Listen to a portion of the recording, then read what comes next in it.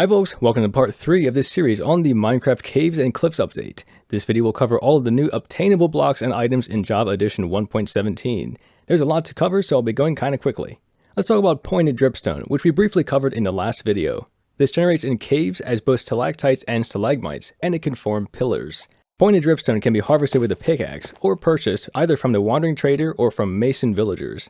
It can also be crafted into the dripstone block. Pointed dripstone has a constant dripping effect, which speeds up if water is placed above it. Lava, however, will cause the dripstone to drip lava.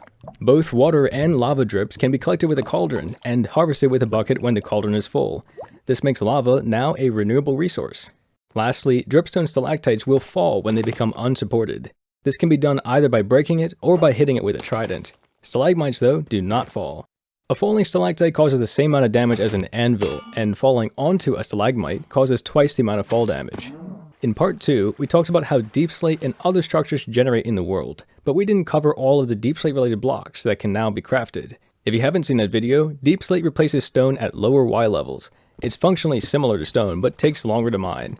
Deepslate has a top and a side texture, and can be placed on 3 axes similar to logs. Like stone, it is only obtainable with silk touch, otherwise it drops cobbled deepslate. Cobbled deepslate has a slab, stair, and wall variant. It can also be used in most recipes that call for cobblestone or blackstone. Cobbled deepslate can be crafted into polished deepslate, which has a slab, stair, and wall variant. A chiseled variant is crafted from cobbled deepslate slabs.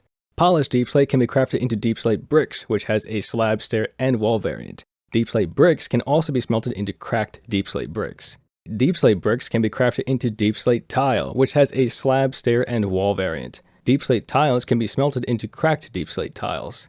Finally, Tuff is a decorative block that generates in patches along with deepslate. Phew, that is a lot of blocks. As mentioned in the last video, there is also a deepslate variant for each ore, which brings the total number of deepslate related blocks to 29. And yes, those are new ore textures. They were modified in order to make them easier to identify. I should briefly mention the 3 metallic ores, iron, gold, and copper, no longer drop their respective ore block. Instead, they drop a raw metal item which can then be smelted into ingots. I'll talk more about this and its advantages in part 4.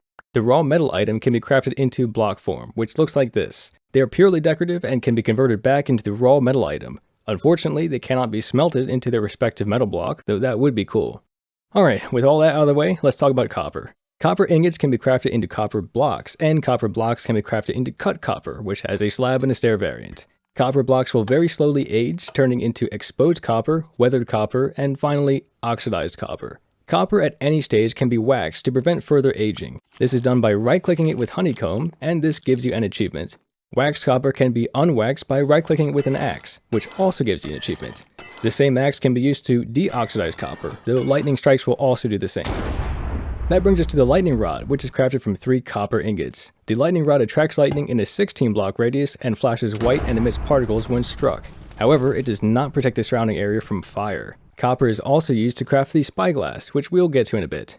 The next major block added was candles, which are crafted from honeycomb and string. There are 17 variants of candles, one for each dye color as well as one undyed variant. Up to 4 candles can be placed in a group, and they are not lit by default. When lit, each candle contributes 3 light levels for a maximum light level of 12, which is slightly dimmer than a torch. Candles can also be waterlogged, but they cannot be lit underwater. Now I want to briefly talk about powder snow. That's powder, not powdered snow. Currently, it can only be collected with a cauldron, which will slowly fill up while it is snowing. When a cauldron is full, powder snow can be harvested with a bucket and then placed as a block. Most entities fall through powder snow, though some can walk over it.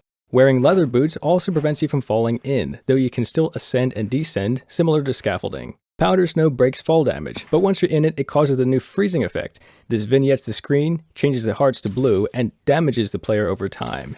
Wearing leather armor, though, will prevent this from happening. Alright, there's only a handful of things I have to cover, so I'm going to do this as quickly as possible. Basalt can now be smelted into smooth basalt. Smooth basalt, calcite, amethyst, and amethyst clusters all generate in geodes. For more information on geodes, check out part 2. Amethyst clusters grow in stages from the budding amethyst block, which cannot be harvested or moved. When fully grown, amethyst clusters drop amethyst shards, which can be crafted into a block. The Spyglass is also crafted from amethyst shards. Holding right-click with a Spyglass will allow you to see far away. Amethyst shards are also used for tinted glass, which is a transparent block that stops light somehow. Finally, glow lichen is similar to vines, and it appears in caves, is harvested with shears, and emits a light level of 7. Multiple glow lichen can be placed in a concave surface, and it can be bone mealed to spread to adjacent blocks. Now there are a ton of more blocks, items, and other cool things that are currently not available in survival mode. I'll be covering these in part 5 of the series, but for part 4 we'll go over all of the major gameplay changes, so stay tuned for that.